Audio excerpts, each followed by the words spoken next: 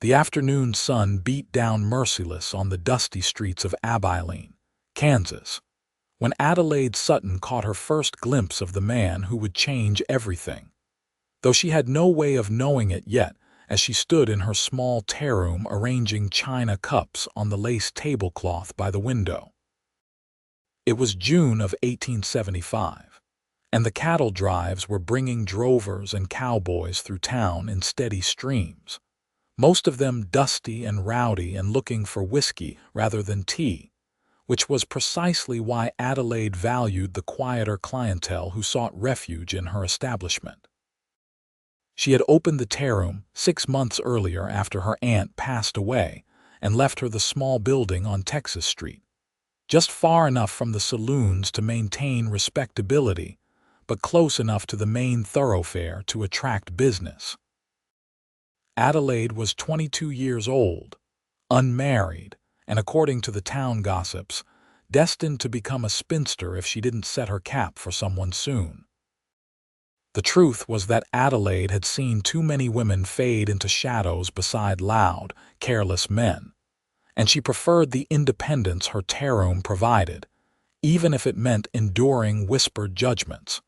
She was pouring tea for 2 elderly women, Mrs. Henderson and Mrs. Clark, when the door opened with a soft chime. Adelaide glanced up and felt her breath catch unexpectedly.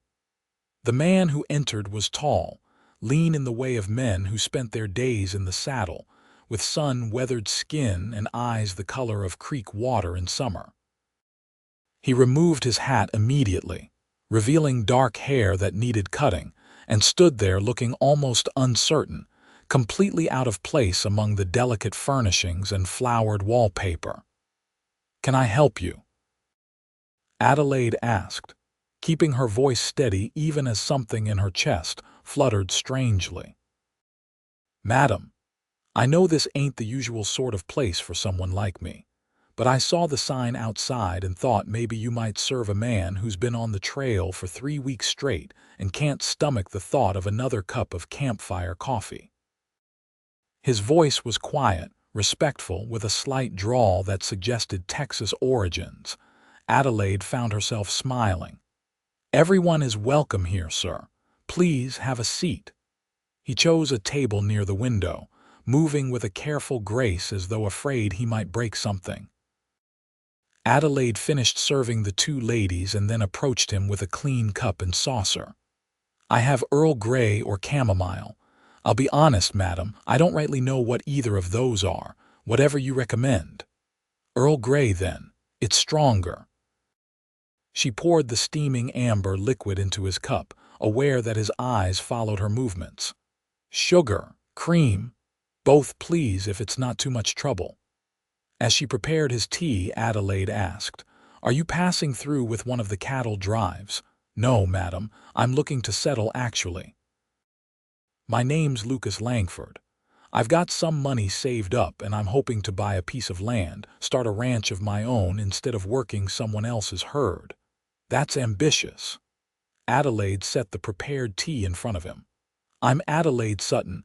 This is my establishment." "It's real nice, Miss Sutton, peaceful." Lucas picked up the delicate china cup, his calloused hands looking enormous around it, and took a careful sip. His eyes widened slightly. "This is good, really good. You sound surprised." "Well, I've never had tea before, not like this anyway. My mother used to make something from wild herbs, but this is different. Refined." He took another sip, and Adelaide noticed the way his shoulders began to relax, the tension easing from his frame. She should have returned to the kitchen, should have left him to drink in peace, but instead she found herself asking, "Where are you from originally, Mr. Langford?" "Call me Lucas, please. I'm from Texas, near Austin. My father had a small ranch there, but he passed 2 years ago, and my older brother inherited. No hard feelings about it, that's just how things go, but I wanted to build something of my own, you know." Adelaide nodded. "I understand that desire completely." Their conversation was interrupted by Mrs. Henderson calling for more hot water, and Adelaide excused herself. But over the next hour, as she attended to her other customers, she kept glancing toward Lucas's table. He didn't hurry through his tea, didn't seem restless or eager to leave.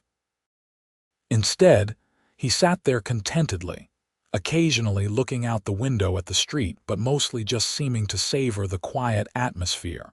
When the elderly women finally left, Adelaide began clearing their table. Lucas spoke up from his spot by the window. "Miss Sutton, would it be all right if I had another cup? I'm happy to pay for it." "Of course." Adelaide brought the teapot over and poured fresh tea into his cup. The afternoon light slanted through the window, illuminating the dust motes floating lazily in the air. "Have you had any luck finding land? I've got an appointment with a land agent tomorrow. There's a property about 10 miles outside town, has a creek running through it. I'm hoping it works out." He paused, then added, "Would be nice to have something like this in town to come back to. Somewhere that feels civilized." Adelaide felt warmth spread through her chest. "Well, I hope you'll visit again, whether you get that property or not." "Oh, I intend to, Miss Sutton, if you'll have me." Something in the way he said it, quiet and earnest, made Adelaide's heart skip. She busied herself with straightening the already straight tablecloth to hide her sudden nervousness. "You're always welcome here, Mr. Langford. Lucas." Lucas. The name felt surprisingly comfortable on her tongue. He stayed another hour, and during the lulls when no other customers were present, Adelaide found herself sitting across from him, something she rarely did with patrons. They talked about everything and nothing.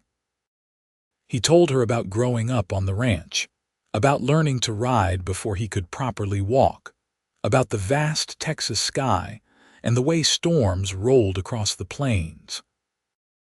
She told him about her aunt, about the dream of creating a space that felt like an oasis from the rougher elements of frontier life, about her love of books and proper English tea. When the sun began to sink lower and the light turned golden, Lucas finally stood, reaching for his hat. "I should let you close up. Thank you, Miss Sutton. This was the most pleasant afternoon I've had in a long while. The pleasure was mine." Adelaide walked him to the door, very aware of how he towered over her 5'4" frame. "Good luck with the land agent tomorrow." "Thank you. I'll let you know how it goes." He left, and Adelaide stood in the doorway watching him walk down the street, his long stride confident and easy. She pressed her hand to her chest, feeling her heart beating faster than it should, and told herself firmly not to be foolish. He was just a customer, nothing more.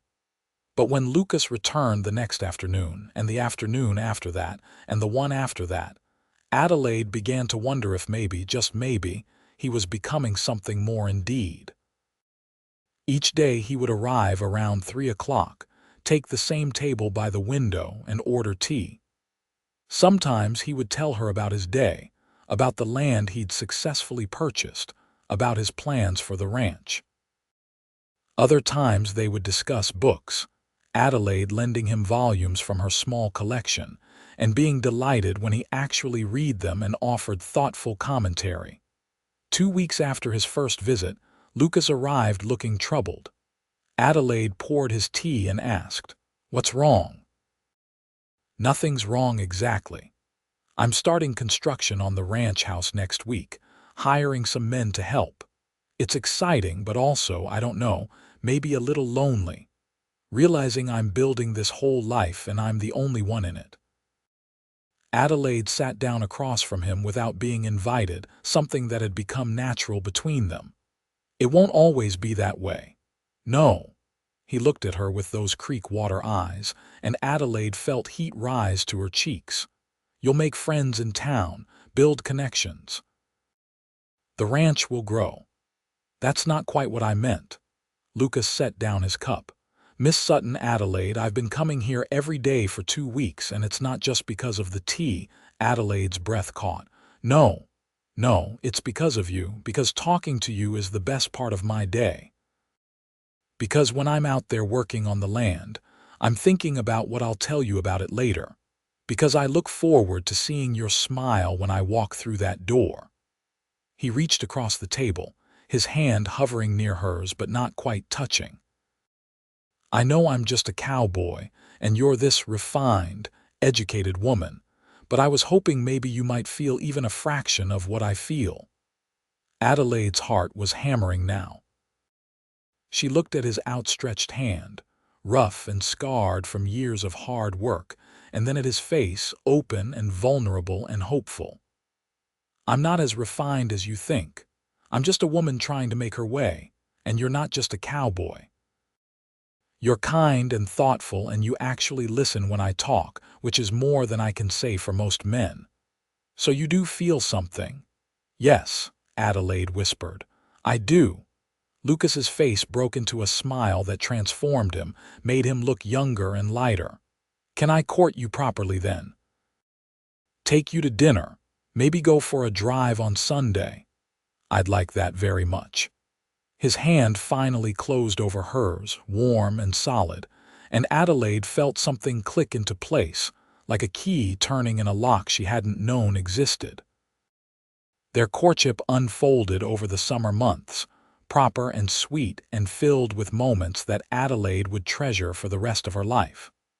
Lucas took her to Sunday services and sat beside her in the pew, his deep voice joining hers in hymns.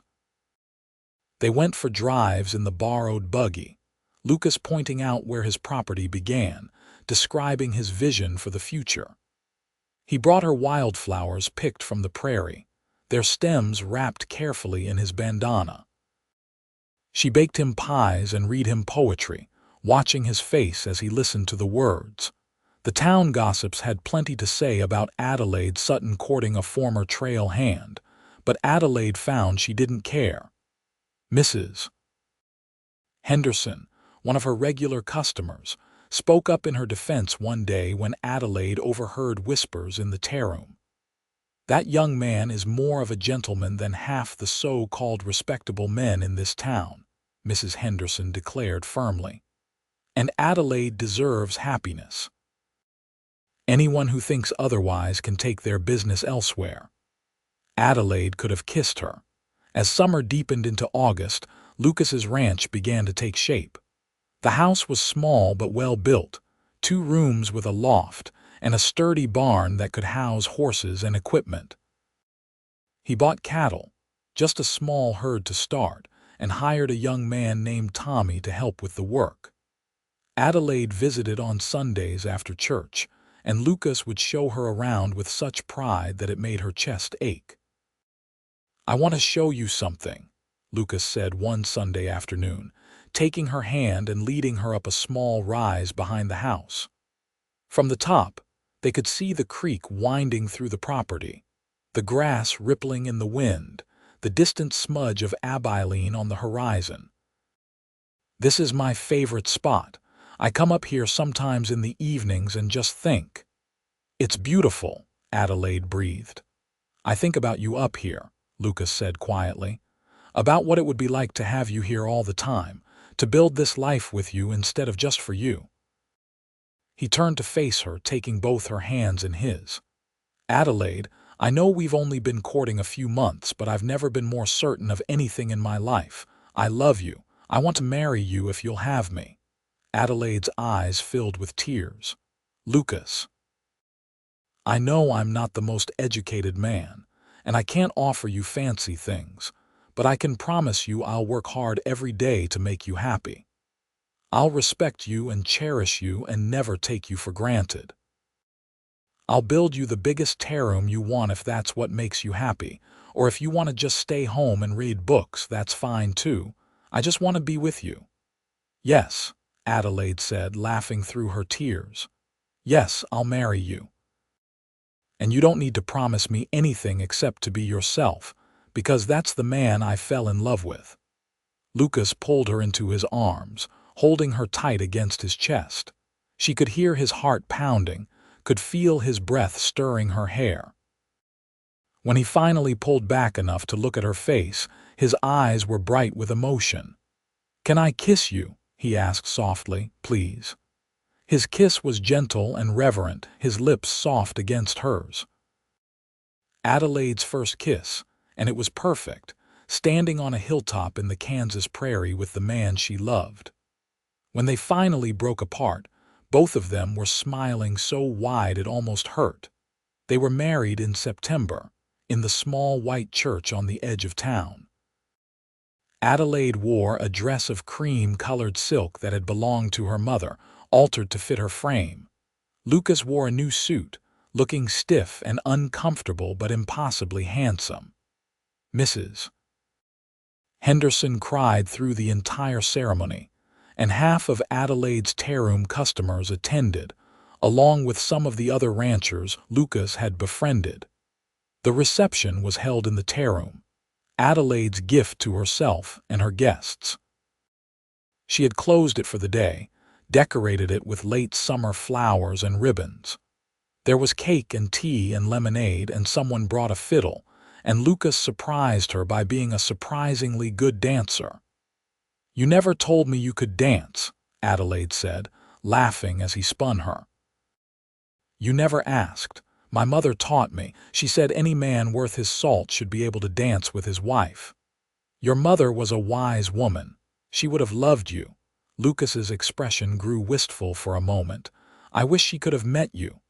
Adelaide squeezed his hand. "Tell me about her sometime. Everything you remember." "I will. We have a whole lifetime for me to tell you stories." A lifetime. The words filled Adelaide with joy and anticipation. That night, Lucas carried her over the threshold of their ranch house, both of them laughing as he nearly hit her head on the doorframe. The single room that served as kitchen and living space was lit by oil lamps, casting everything in warm, golden light. Lucas had tried his best to make it welcoming, with curtains on the windows and a braided rug on the floor. "It's not much yet," he said, setting her down gently, "but we can add on as we need to. I was thinking maybe next year we could build a proper parlor and eventually another bedroom or two if we're blessed with children." Adelaide turned in his arms, reaching up to cup his face. "It's perfect. It's ours." Their wedding night was tender and sweet, full of whispered endearments and gentle discoveries. Lucas was patient and careful, making sure Adelaide felt safe and cherished. Afterward, they lay tangled together in the narrow bed, Adelaide's head on his chest, listening to the steady rhythm of his heartbeat. "I never thought I could be this happy," she murmured. Lucas pressed a kiss to her hair. "Neither did I. I feel like the luckiest man in Kansas. Just Kansas." "All right, the whole United States then." Adelaide laughed softly. "Better." The first months of their marriage were an adjustment, learning to live together and navigate each other's habits and quirks. Adelaide kept the tearoom open 4 days a week, enjoying the independence and social connection it provided. Lucas worked the ranch from dawn to dusk, building his herd and improving the land. In the evenings, they would come together, tired but content, sharing dinner and conversation before falling into bed. Winter arrived early that year, bringing snow and bitter cold. The tearoom business slowed as people stayed home, and Adelaide found herself spending more time at the ranch. She learned to cook heartier meals than the delicate sandwiches and cakes she served in town, mastering stews and roasts and fresh bread. Lucas taught her to ride properly, not just the side-saddle trotting she'd done before but really ride, and they would explore the property together on clear days. "You're a natural," Lucas said one afternoon, watching her canter across the field. "Better than some cowboys I've known." Adelaide glowed under his praise. She'd never imagined herself as someone who would thrive in ranch life, but she was discovering new strengths and capabilities she hadn't known she possessed. Christmas came, and they celebrated quietly with just each other, exchanging simple gifts. Adelaide had knitted Lucas a warm scarf, and he had commissioned a beautiful wooden bookshelf from the town carpenter, already stocked with new books he'd ordered from Kansas City. "How did you know which ones to get?" Adelaide asked, running her fingers over the spines. "I asked the bookseller to send his recommendations for a well-read lady. I figured you'd know if they were any good and could educate me." Adelaide kissed him soundly. "They're perfect. You're perfect." "Hardly that, but I try." As the new year of 1876 began, Adelaide discovered she was pregnant. She had suspected for a few weeks, but when Dr. Morrison confirmed it, she felt a rush of emotion so strong she had to sit down. Joy, certainly, but also fear and anticipation and a strange sense of unreality. She told Lucas that evening when he came in from the barn.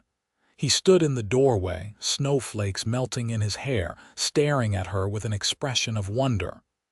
"Are you sure?" The doctor confirmed it today. "We're going to have a baby, Lucas, this summer." He crossed the room in 3 strides and swept her into his arms, spinning her around before apparently thinking better of it and setting her down very carefully. "A baby. We're going to have a baby. Adelaide, I don't even have words. Happy words, I hope, the happiest. I'm going to be a father. You're going to be a mother. We're going to be a family." He knelt suddenly, pressing his ear to her still flat stomach. "Hello in there, little one. I'm your papa, and I already love you more than I can say." Adelaide ran her fingers through his hair, blinking back tears. This man, this wonderful man, was going to be the father of her child. She had never felt more blessed. The pregnancy progressed smoothly through the winter and into spring. Adelaide closed the tearoom in her 7th month, finding it too exhausting to make the trip to town. She kept herself busy at the ranch instead, sewing tiny clothes and setting up a cradle Lucas had built with his own hands. He was absurdly protective, barely letting her lift anything heavier than a teacup, which Adelaide found both touching and occasionally frustrating. "I'm pregnant, not made of glass," she protested one day when he wouldn't let her carry a basket of laundry. "I know, but you're carrying precious cargo. Humor me." She couldn't really argue with that. Their son was born on a hot July night, arriving with a lusty cry that announced his presence to the world. The birth was long and difficult, Adelaide laboring through the day and into the night with only Lucas and the midwife, Mrs. Patterson, in attendance. Lucas held her hand through every contraction, his face pale but determined, whispering encouragement and love. When the baby finally arrived, healthy and perfect, the midwife placed him in Adelaide's arms, and she felt her heart expand in a way she hadn't known was possible. He had dark hair like his father and a small, scrunched face that was the most beautiful thing she'd ever seen. "What should we name him?" Lucas asked, his voice thick with emotion as he stroked the baby's tiny hand. "I was thinking we could name him after your father. What was his name?" "James." "James Robert Langford. James Langford." Adelaide tested the name, looking down at her son. "I think it suits him." Lucas leaned down and kissed her forehead gently. "Thank you for him, for everything. I don't know what I did to deserve this, but I'm grateful every day." "You deserve every happiness, Lucas. You're a good man." The first months with baby James were exhausting and wonderful in equal measure. Adelaide was tired all the time, but every smile, every small milestone, filled her with such joy it made the sleepless nights worthwhile. Lucas was a devoted father, helping with nighttime feedings and diaper changes without complaint, singing off-key lullabies that somehow always soothed the baby when nothing else would. By the time James was 6 months old and Adelaide had regained her strength, she began to think about reopening the tearoom. She missed it, missed the social interaction and the independence it represented. But she worried about managing both the business and motherhood. "What if you hired someone to help?" Lucas suggested. "You could still run things but have an extra pair of hands for the busy times." It was a good solution. Adelaide hired a young woman named Martha, a recent widow who needed work, and together they reopened the tearoom in the spring of 1877. Adelaide would bring James with her, setting up a small cradle in the back room where he could nap while she worked. The customers loved him, cooing over him whenever Adelaide brought him out. "He's going to be a heartbreaker," Mrs. Henderson declared. "Has his father's eyes." Adelaide couldn't disagree. Life settled into a comfortable rhythm.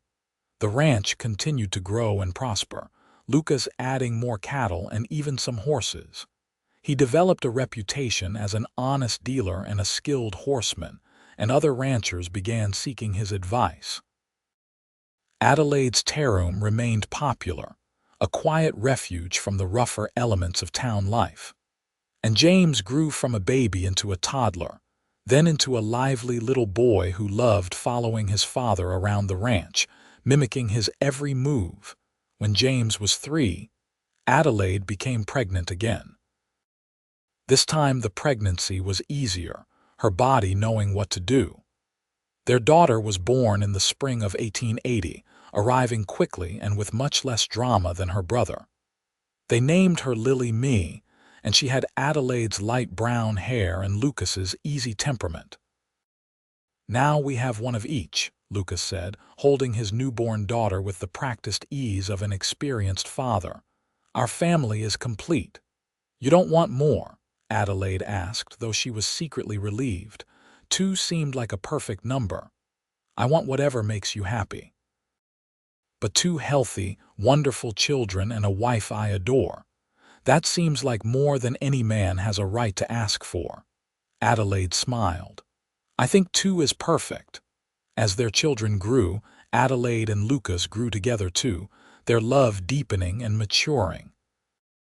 They had arguments occasionally, usually about small things like money or how to discipline the children, but they learned to talk through their disagreements, to listen to each other's perspectives. Lucas taught Adelaide about the ranch business, involving her in decisions about cattle sales and land improvements. Adelaide taught Lucas to read more complex books, and they would spend evenings reading aloud to each other while the children played. James turned out to be a natural rancher like his father, happiest when he was outside working with the animals. Lily, on the other hand, loved the tearoom, helping Adelaide arrange flowers and set tables as soon as she was old enough. It pleased Adelaide to see her daughter interested in the business, though she was determined that Lily would have choices she herself hadn't always had. The years passed, with the gentle inevitability of seasons changing.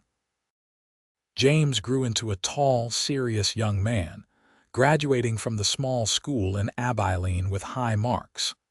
Lily became a beautiful young woman, artistic and thoughtful, with a gift for making people feel welcome. Lucas's hair began to show gray at the temples, making him look distinguished rather than old. Adelaide found laugh lines appearing around her own eyes and didn't mind them at all. They were evidence of a life well lived, of joy and laughter shared. In 1895, 20 years after that first day Lucas had walked into her tearoom, Adelaide stood in the exact same spot where she'd first seen him, watching him approach down the street. He was 52 now, she was 42, and they had lived a lifetime together. He still came to the tearoom most afternoons when he was in town, still sat at the same table by the window, still ordered tea. Adelaide poured for 2, setting his cup down with the same care she always had. Lucas reached across the table and took her hand, his grip still strong and warm. "Remember the first time I came here?" he asked. "How could I forget? You looked so out of place among all the lace and china. I was terrified I'd break something, or say something stupid and you'd throw me out. I never would have done that, I know. You were kind from the first moment." "You always have been." Lucas rubbed his thumb over her knuckles. "Best decision I ever made walking through that door. Best decision was sitting down and never wanting to leave." Adelaide felt tears prick her eyes, the good kind. You did stay, didn't you? Even when you left at the end of that first day, you came back. You kept coming back. Because you were here. Because this place, wherever you are, is home. They sat there together, drinking tea as they had hundreds of times before, as comfortable with each other as breathing. Through the window, Adelaide could see the town that had grown and changed around them. Abilene was more civilized now than it had been in those wild cattle-driving days. The railroad had brought more people, more businesses. The rougher elements had moved on or settled down. But some things hadn't changed. The tearoom still stood, still served as a peaceful haven. The ranch still thrived under Lucas's careful stewardship. And the love between them, kindled that first afternoon over cups of Earl Grey, still burned steady and true. Their daughter Lily came into the tearoom then, now 20 years old and practically running the business these days. Mama, Papa, James just arrived in town. He's brought someone he wants us to meet. Adelaide and Lucas exchanged glances. James had been working on a ranch in Colorado for the past year, gaining experience before eventually taking over the family property. They'd known he was coming home, but hadn't expected him to bring company. James entered the tearoom moments later, and with him was a young woman with kind eyes and a nervous smile. Mama, Papa, this is Rebecca. Rebecca Turner. We met in Colorado, and well, I've asked her to marry me. She said yes. Adelaide stood immediately, moving to embrace her son and then his intended. Welcome to the family, Rebecca. We're so happy to meet you. Lucas shook James's hand firmly, pride evident in his expression, then turned to Rebecca with a warm smile.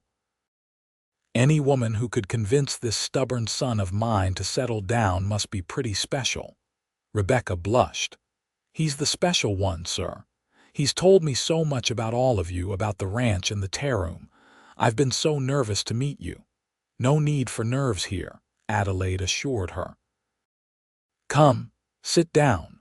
Let me pour you some tea and you can tell us all about yourself.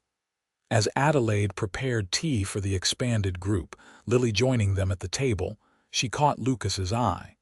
He was smiling at her with such love and contentment that it made her heart swell. Their son was getting married, starting his own family.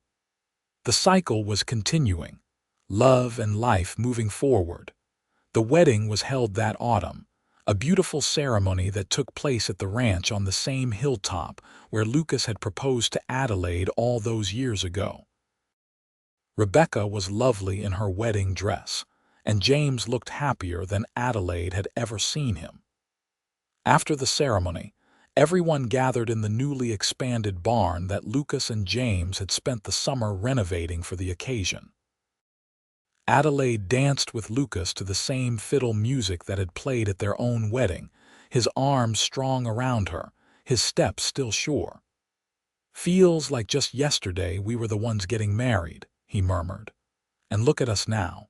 About to be grandparents before too long, I'd wager. Lucas laughed. I suppose that's the natural way of things, though I don't feel old enough to be a grandfather. You're not old, we're not old. We're just seasoned. Is that what we're calling it? They laughed together, and Adelaide rested her head on his shoulder, breathing in the familiar scent of him, soap and leather and home. She'd been so young when they met, barely more than a girl really, convinced she would live her life alone and independent. She'd never imagined that sharing her life with someone could feel like this, like being more herself rather than less. James and Rebecca settled on a small property adjacent to the Langford ranch, close enough to help with the work, but far enough to have their own space. Within a year, they had a son of their own, named Lucas after his grandfather. Adelaide held her grandson for the first time and felt the same overwhelming love she'd experienced with her own children, fierce and protective and all-consuming.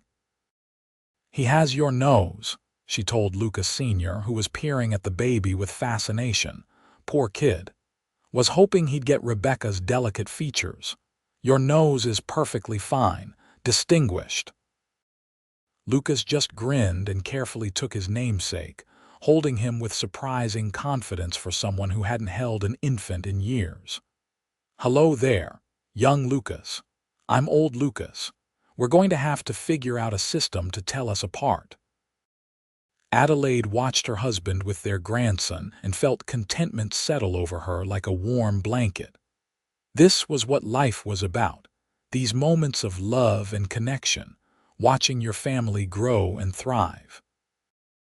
Lily, meanwhile, had taken a suitor of her own, a young banker named Thomas Wright who was quiet and bookish, perfect for her temperament. They married in the spring of 1898, and Lily continued to run the tearoom with Adelaide's help, though increasingly Adelaide was stepping back and letting her daughter take the lead. "You've built something wonderful here," Lily told her one afternoon as they worked together arranging fresh flowers on the tables. "I want to honor that while also making it my own, if that makes sense." "Perfect sense. That's exactly what you should do. This place isn't meant to be a museum. It should grow and change with the times, just like everything else." "Did you ever imagine when you first opened that it would last this long?" Adelaide paused, thinking back to that young woman she'd been, uncertain and hopeful and determined. "I don't know. I hoped it would, but I couldn't have imagined all the ways it would enrich my life. How it would bring me your father, and through him, you and James, and now all the grandchildren. The tearoom was supposed to be my independence, my way of making it alone. Instead, it became the place where I learned I didn't have to be alone." Lily hugged her. "I love you, Mama. I love you too, sweetheart." As the new century approached, Abilene prepared for celebrations. There was talk of progress and modernization, of automobiles and electric lights, though these innovations were slow to reach Kansas. Lucas and Adelaide, now in their 50s and approaching their silver anniversary, had seen so much change already. The wild frontier of their youth had been tamed, turned into farmland and ranches and orderly towns. On their 25th wedding anniversary, their children threw them a party at the ranch. Friends and neighbors came from miles around, filling the house and yard with laughter and music. Mrs. Henderson was there, now in her 80s but still sharp as ever, dabbing at her eyes with a handkerchief. "I told everyone you two would make it," she declared. "From the very start, I said those two are meant for each other." "You were right," Adelaide told her, squeezing the older woman's hand. "Thank you for always supporting us." As the sun set, painting the prairie sky in shades of orange and pink, Lucas led Adelaide back up to their hilltop, away from the party. They stood there hand in hand, looking out over the land that had been their home for a quarter century. 25 years, Lucas said softly. "Feels like a lifetime and also like no time at all." "I know what you mean. Sometimes I still feel like that young woman pouring tea, catching her breath when a handsome cowboy walked through the door. And I still feel like that trail-worn drifter, amazed that such a refined lady would give me the time of day." He turned to face her, taking both her hands. "Adelaide, you've made me happier than I ever thought possible. You've given me a home, a family, a purpose beyond just survival. You've made my life mean something. You've done the same for me. I thought I wanted independence, but what I really wanted was partnership. Someone who would see me as an equal, who would build a life with me, not just expect me to fit into theirs. You gave me that, Lucas. You've always respected my dreams and supported my choices. I always will, for however many more years we're blessed with." They kissed as the sun disappeared below the horizon, two people who had found each other against the odds and built something beautiful together. The party continued below them, their children and grandchildren celebrating, But for this moment, it was just the two of them, as it had been in the beginning. The years continued to pass, gentle and full. Lucas and Adelaide grew older gracefully, their hair turning silver, their steps slowing slightly but their love never diminishing. They became fixtures of Abilene, the couple everyone pointed to as an example of true partnership. Young brides would come to Adelaide for advice, and she would tell them the same thing every time. Marry someone who respects you, someone who listens when you speak and values your opinions, someone who makes you laugh and holds you when you cry. Love is important, but respect and friendship will carry you through when passion fades. Though in her case, she thought privately, the passion had never really faded.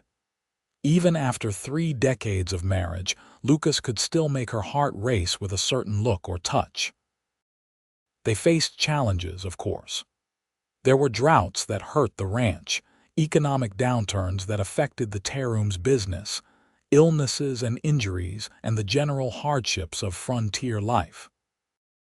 But they faced everything together, supporting each other through the difficult times and celebrating the good ones. Their grandchildren multiplied. James and Rebecca had 3 more children after little Lucas. Lily and Thomas had 2 daughters. The ranch house had to be expanded yet again to accommodate family gatherings, and Adelaide's tearoom became a gathering place for the younger generation, who would come to hear their grandmother's stories of the old days. "Tell us about when Grandpa first came to the tearoom," they would beg, and Adelaide would repeat the story, never tiring of it. How he'd looked so out of place among the delicate furnishings. How he'd admitted he'd never had proper tea before. How he'd stayed all afternoon and then kept coming back, day after day, until she couldn't imagine her life without him. In 1905, on their 30th anniversary, Adelaide and Lucas took a trip to Kansas City, their first real vacation in years. They stayed in a fine hotel, went to the theater, ate in restaurants, and thoroughly enjoyed the adventure. But by the end of the week, they were both ready to go home. "As nice as this is," Lucas said as they sat in their hotel room, "I miss the ranch. I miss our own bed. I miss the quiet." "I miss it too. We've become old homebodies." "Nothing wrong with that. We've built a good home. Makes sense we'd want to be in it." They returned to Abilene and settled back into their routines with relief. Lucas still worked the ranch, though James had taken over most of the day-to-day operations. Adelaide still spent time at the tearoom, though Lily ran it now. They had earned the right to slow down, to enjoy their later years without the constant pressure of building and striving. One afternoon in the summer of 1908, Adelaide found herself in the tearoom alone for a few hours. Lily had taken the day off to attend one of her daughter's school events, and the hired girl was managing the kitchen. It was quiet, just a few customers scattered at tables, and Adelaide felt a wave of nostalgia wash over her. She prepared a tea service for 2 and sat at the window table, Lucas's table, the one he'd chosen that very first day. The afternoon sun slanted through the glass just like it had 33 years ago. She poured tea into 2 cups and waited, right on schedule, as if summoned by her thoughts. The door opened and Lucas walked in. He was 70 years old now, his face lined with age and weather, his body not as strong as it once was but still upright and capable. He saw her sitting there and smiled, that same smile that had captured her heart decades ago. "Are you expecting someone, Mrs. Langford?" he asked, playing along. "Just a cowboy I know. He sat down here once and never got up to leave." Lucas crossed to the table and settled into his chair with a satisfied sigh. Best decision he ever made. Adelaide poured tea for him, the ritual as familiar as breathing. "I was just thinking about that first day. Do you remember what you said to me? That I'd been on the trail for 3 weeks and couldn't stomach another cup of campfire coffee. And I took a chance on a dusty cowboy who walked into my tearoom looking completely lost. I wasn't lost. I was exactly where I needed to be. I just didn't know it yet.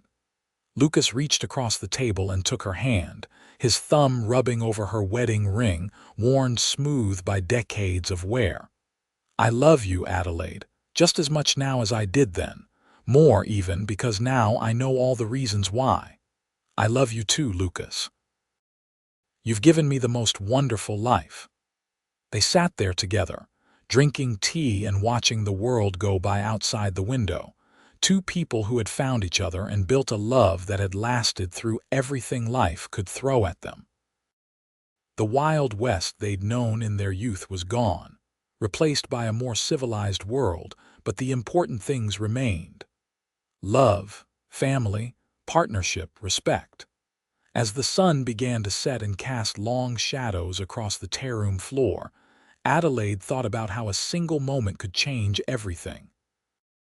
One decision to be kind to a stranger. One decision to sit down and stay. One decision to open your heart to possibility. She was pouring tea for two. The cowboy sat down and never got up to leave, and from that simple beginning they had built a lifetime of love. The end of their story came peacefully, years later, as these things do.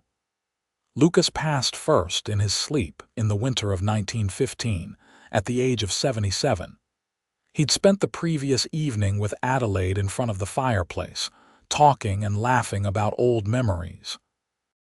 He'd kissed her goodnight and told her he loved her, as he did every night, and when she woke in the morning, he was gone, a peaceful expression on his beloved face. Adelaide mourned him deeply, but without bitterness. They'd had 40 years together, 40 years of love and partnership and joy. That was more than many people ever got. She wore black for a year, as was proper, but she didn't retreat from life.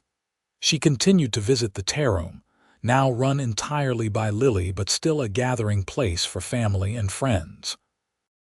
She spent time with her children and grandchildren, now numbering 8 in total, and even her first great-grandchild, born just months before Lucas passed. She told stories about Lucas to anyone who would listen, keeping his memory alive. How he'd been strong but gentle, stubborn but fair, uneducated in formal ways but wise about life and people.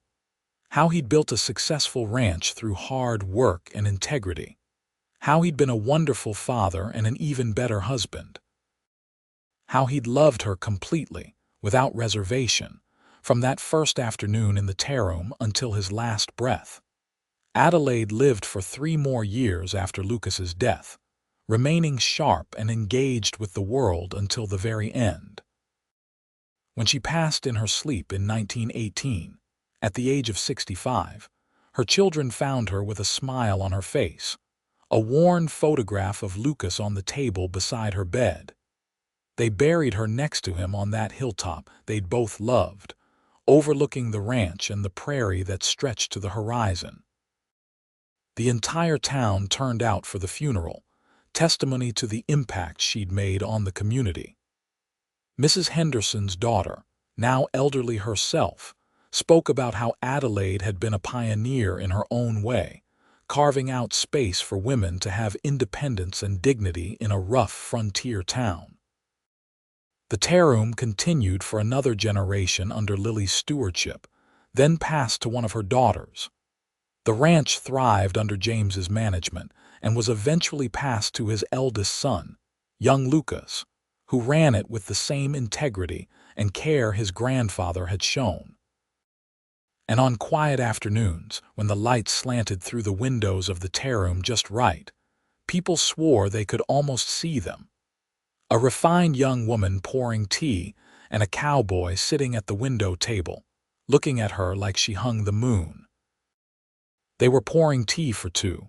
The cowboy sat down and never got up to leave, and their love story became the kind of legend that gets passed down through generations.